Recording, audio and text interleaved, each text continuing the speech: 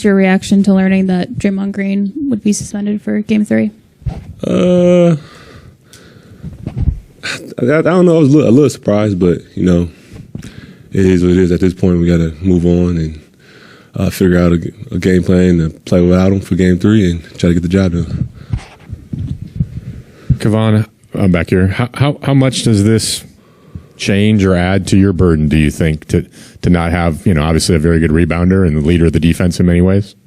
It changes it a little bit. I can't be out there fouling like I was last game as much because I don't got the, we don't got Draymond to back me up, and J Mike or whoever, JK gonna have to play a little bit more, and we can't all be in foul trouble. So changes from that perspective, but we got some depth. We got guys, Lamb, whoever's gonna go out there and be physical, and I don't think my minutes are gonna change too much. So I just go out there and just play a little bit smarter. Why do you think Draymond wanted to address the team before practice? Just because that's just who he is. He knows it's a big game. Him playing or not, he's going to probably talk to us about the game coming up and how important it is, and that's just what he does. It's not the first time. He always usually, especially during the playoffs, I know he goes home and watch every minute, every game, and probably watch it twice. So he just giving us his thoughts of what he saw, and just addressing us and getting us ready. Steve said rebounding will be a big emphasis for tomorrow's game. You're one of those rebounding leaders. What needs to happen on the glass to see if you guys can get an edge? We got to just focus in on the details.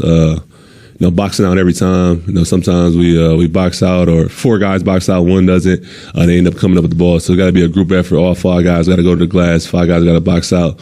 We got to play with force.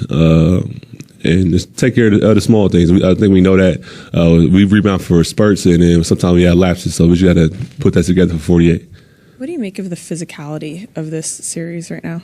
I think it's been fun. I like to play physical. I got some fouls playing physicals, but other than that, I think it's been fun. It's good. Playoff basketball, that's what you look forward to that physicality and the up and down and the pushing and shoving. So it's been fun. So it's been exciting. Hopefully, we can win the physicality matchup next game and win the rebounds and the 50-50 balls. Kevon, if you have to play a game without Draymond, how important is it that you're playing the game at home where you guys have been so good, and I imagine your crowd is going to be a little bit fired up tomorrow night? I think it's huge that, for him to be gone, it's better to be at home. We've been a lot better at home.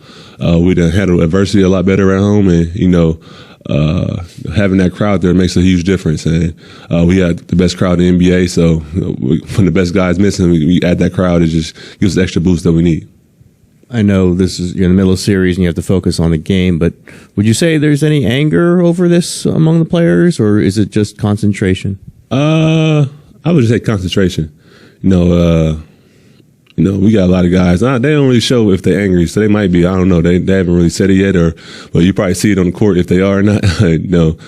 We got guys that's pretty even keel, but everybody's locked in. Our level of focus has raised. Our back against the wall, so we have to go out there and play with a level of focus that we haven't played with all year. So I think we're ready, and I think we're excited.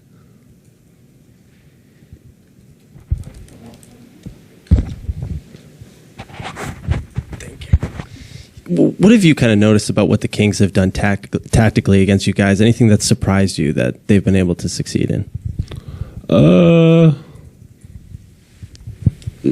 I wouldn't say that anything they're doing is surprising me. They're rebounding better than they did in the regular season versus they've been a little bit more physical. But other than that, the speed that they're playing with, the force they're playing with, we kind of expected that. They kind of played with that all year. But it's just, I would say the physicality has probably been the most surprising. They've been on the 50-50 balls, different things like that. That's something that we usually, definitely in the playoffs, we usually always win. And, versus they've been winning the possession battle, and we got to do a better job of that. What do you think about Harrison Barnes' series so far? He seems to enjoy playing against his old team. He's been playing well. He's been making shots. He's been getting to the basket. He's been rebounding. He's been bringing them a veteran presence that they need out there. He has a guy that has a lot of playoff experience. So that's what we expect from HB, who's a great player here. He's been a great player for them. So it's always fun playing against your old teammate. You said you like playing physical, but last 24 hours, actually, even longer than that, there's been a lot of videos circulating with Sabonis doing stuff that people think are, borderline dirty or whatever. Have you noticed any of that, and have you felt any of that? I mean, as a big man, that's what we do. I think that's pretty normal. The pushing, the shoving, the grabbing, that's all part of protocol down there. And, sometimes they call it, sometimes they don't. Like I said, I enjoy it, and hopefully I get the benefit of the doubt next time. Have you looked at the replay of Draymond and Sabonis' issue at all? And if you have, what are your thoughts on what you saw? I looked at it. I think everybody watched it. No, I think Draymond kind of summed it up what happened.